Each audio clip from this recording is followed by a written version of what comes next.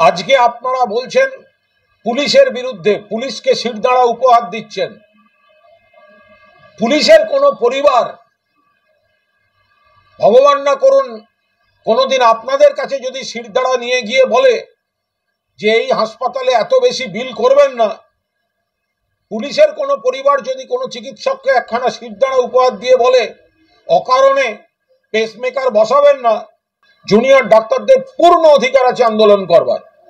কিন্তু সেই আন্দোলনের পদ্ধতির জন্য যদি একটা ছেলে 3 ঘন্টা সকালবেলা প্রকাশ্য দিনের আলোয় 3 ঘন্টা হাসপাতালে পড়ে থেকে রক্তক্ষরণে মারা গেছে, কেন তখন জুনিয়র ডাক্তাররা কর্মবিরতির মঞ্চ থেকে উঠে সেই নজির রাখলেন না যে আমরা তার প্রাণটা বাঁচাতে চাইছি, প্রাণটা বাঁচাচ্ছি?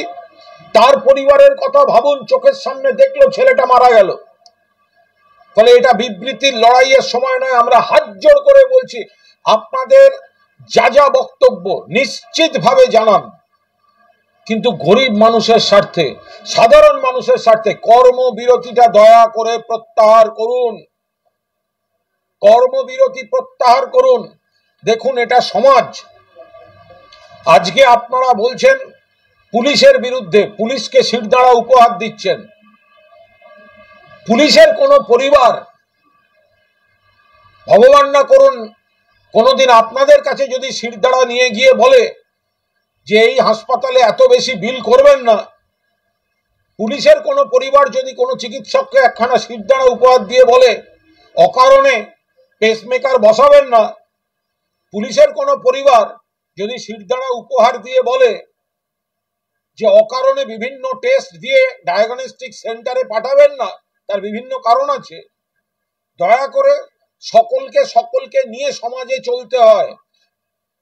ফলে দয়া করে সমস্ত দিকটা বিবেচনা করে, যে ঘটনা ঘটেছে আরজি করে, দোষীদের ফাঁসি চাই, ন্যায় বিচারের দাবিতে আন্দোলন হোক, কিন্তু সেটা যেন সাধারণ মানুষের উপর, গরিব মানুষের উপর প্রাণঘাতী হয়ে সেই আন্দোলনের পদ্ধতি এবং পথ যেন ফিরে না আসে।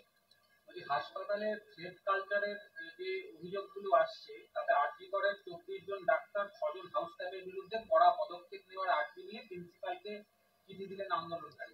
দেখুন, এই থ্রেড পারসেপশনটা তারা বলতে পারবেন, এর সঙ্গে তৃণমূলের কোনো সম্পর্ক নেই।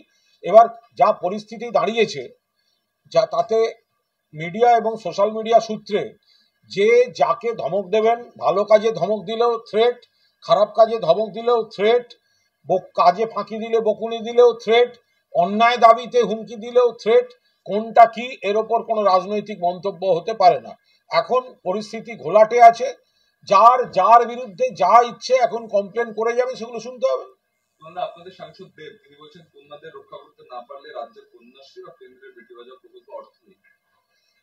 এই আইন শৃঙ্খলার সঙ্গে কন্যাশ্রীর কোনো সম্পর্ক নেই, সার্বিক আইন শৃঙ্খলারও কোনো সম্পর্ক নেই। গোটা ভারতবর্ষের মধ্যে সব থেকে সুরক্ষিত মহিলারা পশ্চিমবঙ্গে, এবং মানে ছাত্রীদের আরো এগিয়ে নিয়ে যাওয়ার জন্য কন্যাশ্রী থেকে শুরু করে, লক্ষ্মীর ভান্ডার থেকে শুরু করে, রূপশ্রী থেকে শুরু করে যে স্কিমগুলো মমতা বন্দ্যোপাধ্যায় করেছেন, তাতে হাজার হাজার লক্ষ লক্ষ মেয়ে সুরক্ষা পাচ্ছে, স্বনির্ভরতা পাচ্ছে। ফলে এর সঙ্গে কোনো বিচ্ছিন্ন সামাজিক ব্যাধির কোথাও কোনো সম্পর্ক নেই। আর্থিকর নিয়ে মুখ্যমন্ত্রী পর্যালোচনা বৈঠক ডেকেছেন সোমবার, সেখানে মন্ত্রী সচিব, এই নিয়ে রাজনৈতিক কোনো মন্তব্য নেই। মুখ্যমন্ত্রী তিনি কোনো বৈঠক প্রশাসনিক ডাকতেই পারেন, তো সেখানে আমরা কেন রাজনৈতিক মন্তব্য রাখবো? সন্দীপ ঘোষ কলকাতা হাইকোর্টের যে দুর্নীতি তদন্ত সিবিআই করবে এই নির্দেশকে চ্যালেঞ্জ করে সুপ্রিম কোর্টে গেছিলেন, সুপ্রিম কোর্ট রিজেক্ট করে দিয়েছে। ভালো করেছে, সুপ্রিম কোর্টে গেছিলেন আইনি বিষয়, যার মনে হয়েছে কোনো আবেদন নিয়ে সুপ্রিম কোর্টে গেছেন, সুপ্রিম কোর্ট খারিজ করে দিয়েছে, এটা আইনি পথ, সিবিআই তদন্ত করুক। কনসার্ন ব্যক্তিকে সাপোর্ট করা, ডিফেন্ড করার কোথাও কোনো প্রশ্ন নেই। ফলে যে তদন্ত যে পদ্ধতিতে চলছে, যদি দুর্নীতির অভিযোগে সারবত্তা থাকে, সেই ব্যক্তি, তার সাঙ্গপাঙ্গরা, তার লেজুড়রা সব শুদ্ধ উচ্ছন্নে যাক, আমাদের কারুর কিচ্ছু এসে যায় না, আমরা এই শাস্তি সমর্থন করছি। মানে আজকের ঘটনার পরের দিন সেমিনার রুম ভাঙাকে নিয়ে একটা রীতিমতো চাঞ্চল্য ছড়িয়েছিল। এটা জানা যাচ্ছে জুনিয়র চিকিৎসকরাই বলেছিলেন যে সংস্কারের জন্য এটা ভাঙা যেতেই পারে। এটা সম্পূর্ণভাবে এই কে বলেছে, কে ভাঙতে বলেছে, কখন ভাঙতে বলেছে, আমি প্রশাসনেরও কেউ নই, এই ব্যাপারে দলেরও কোনো বক্তব্য নেই। তদন্তটা করছে সিবিআই। ফলে এই দেয়াল ভাঙাটা তদন্তে ক্ষতি করছে কি ক্ষতি করছে না, এটা কোনো চক্রান্ত নাকি ঘটনাচক্র, এগুলো বেটার সিবিআই বলতে পারবে। এই নিয়ে অনুমান ভিত্তিক কেউ বলবে কেন দেয়াল ভাঙলো, সমস্ত প্রমাণ চলে গেল, আর কেউ বলবে ওই দেয়ালটা অনেক দূরে, এর সঙ্গে প্রমাণের কোনো সম্পর্ক নেই। এই তর্কটা কোনো মানেই হয় না, কারণ বিষয়টা তদন্ত করছে সিবিআই। তারা যদি বলেন দেয়াল ভাঙার জন্য তদন্তের ক্ষতি হয়েছে, ক্ষতি হয়েছে, আর তারা যদি বলেন এই দেয়াল ভাঙার সঙ্গে তদন্তের কোনো সম্পর্ক নেই, বলবেন। প্রোডাকশন ছিল সেখানে আদালতে চরম ভৎসনার মধ্যে পড়েছে আজকে সিবিআই, তার কারণ দীর্ঘক্ষণ পিপি এবং তদন্তকারী অফিসার তারা কেউ শুনানিতে উপস্থিত ছিলেন না। তাতে বিচারক বলেছেন যে কোথায় পিপি, জামিন দিয়ে দেবো, সিবিআই খুব চরম গাফিলতি, এই ধরনের মন্তব্য আর কি বিচারক। এটা কোর্টের বিষয়। যারা সিবিআই তদন্ত চান, যারা সিবিআই কে ভাবেন যে সিবিআই তদন্ত হলে, সঞ্জয় রায়কে তো অ্যারেস্টটা করেছিল 24 ঘন্টার মধ্যে Kolkata police, Kolkata police arrest করেছিল। এখনো সঞ্জয় রায় ছাড়া এই কেসে কেউ অ্যারেস্ট হয়নি, সিবিআই এর তরফ থেকে এখনো কোনো আপডেট পাওয়া যায়নি। তো যারা সিবিআই বলেছিলেন তারা বুঝবেন, এখানে আমাদের কি মন্তব্য থাকতে পারে। সিবিআই এর আইনজীবী সময়ে গেছেন কি যাননি, জজ সাহেব খুশি হলেন নাকি ভৎসনা করলেন, যারা সিবিআই করছিলেন তারা দেখুন, কলকাতা পুলিশ 24 ঘন্টার মধ্যে অ্যাকিউজডকে ধরে এনে দিয়েছে। এবার বাকিটা সিবিআই এর হাতে চলছে।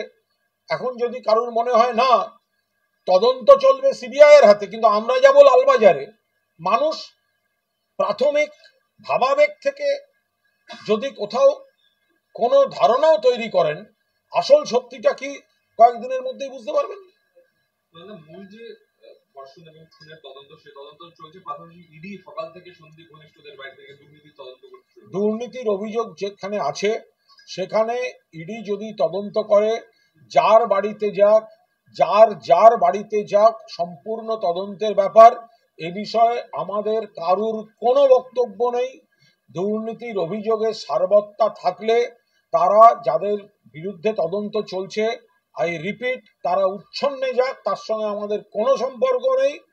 এবার এ বিষয়ে যদি কিছু বলার থাকে, যাদের বিরুদ্ধে অভিযোগ উঠছে তারা এবং তাদের আইনজীবীরা বলবেন। এই বিষয়ে আমাদের দলের কোনো বক্তব্য নেই। তদন্তের মতো চলুক, আইনের পথে চলবে।